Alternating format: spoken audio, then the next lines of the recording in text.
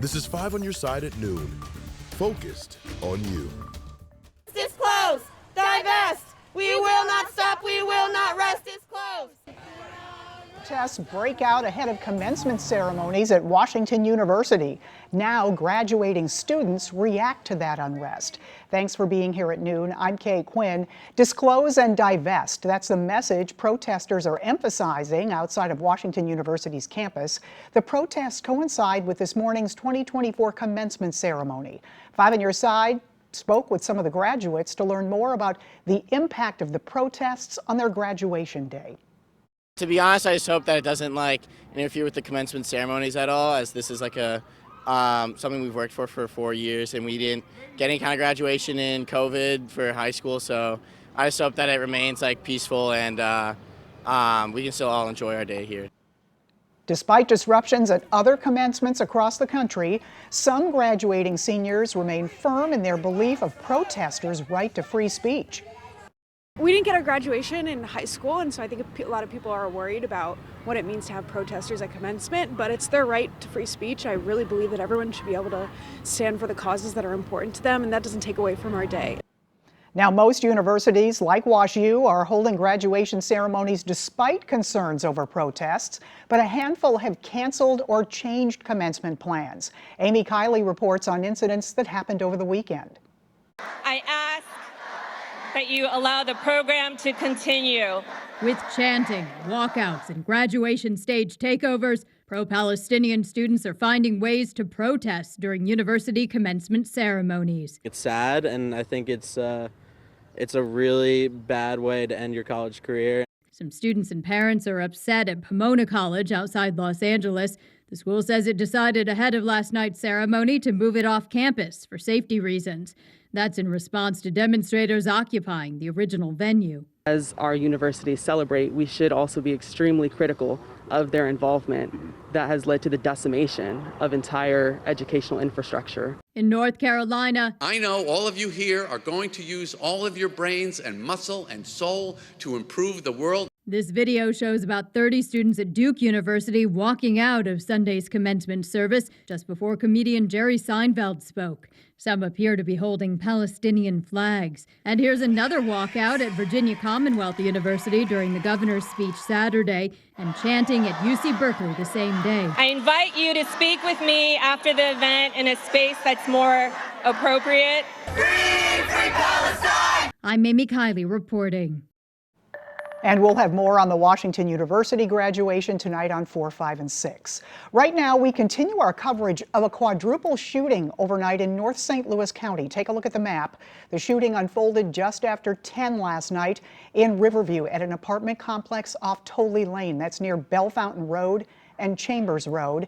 When St. Louis County Police were called to the Jate apartment complex, officers found 4 teenage boys shot in the street.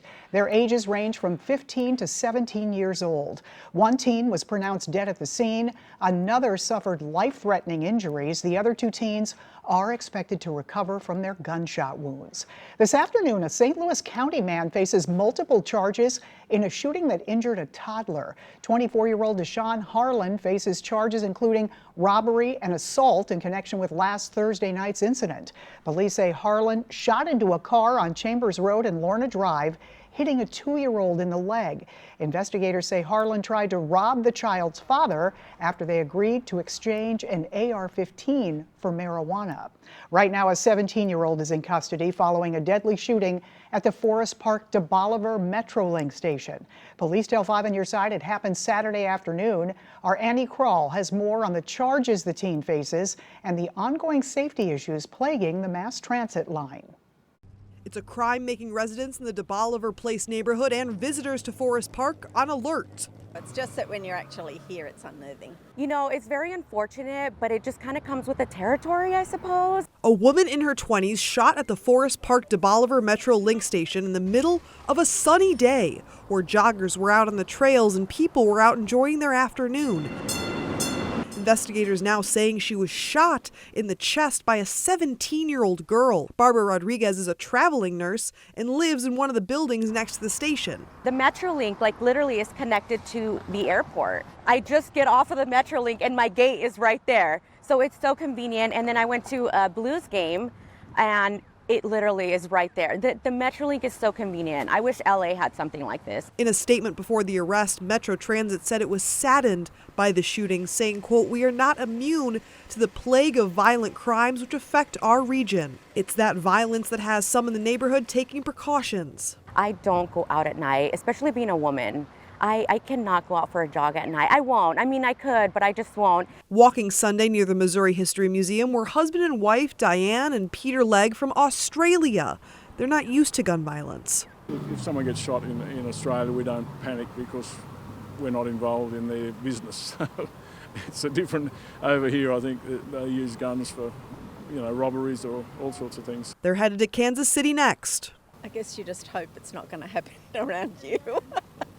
Because we really want to have a look at the world, and every part of the world has a dangerous spot. So, Annie Krall, 5 on your side.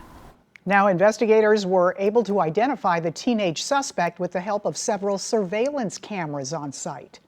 Tomorrow, St. Louis Mayor Tashora Jones will address some of the top concerns of residents of the city of St. Louis.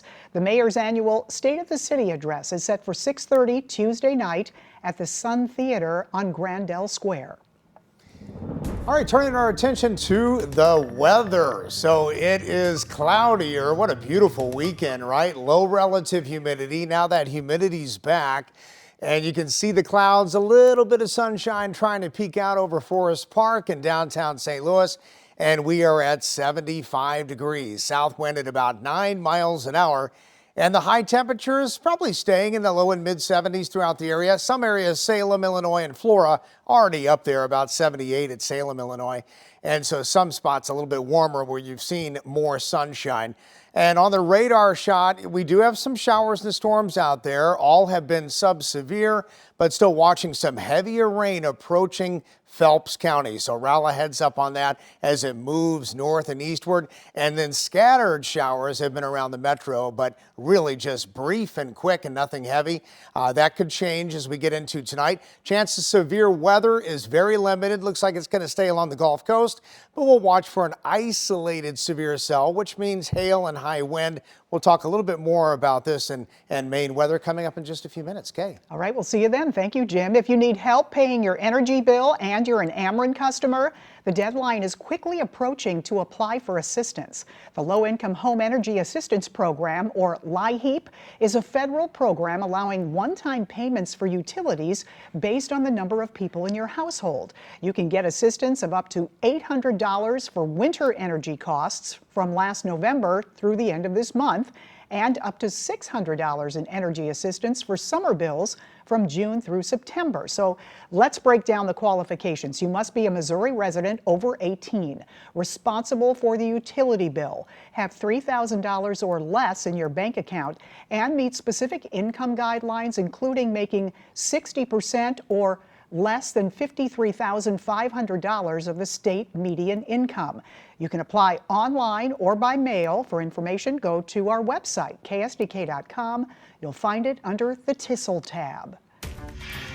A familiar face, now a foe. Ahead, the key witness taking the stand against Donald Trump. Demolition Day in Baltimore ahead when the Francis Scott Key Bridge is coming down.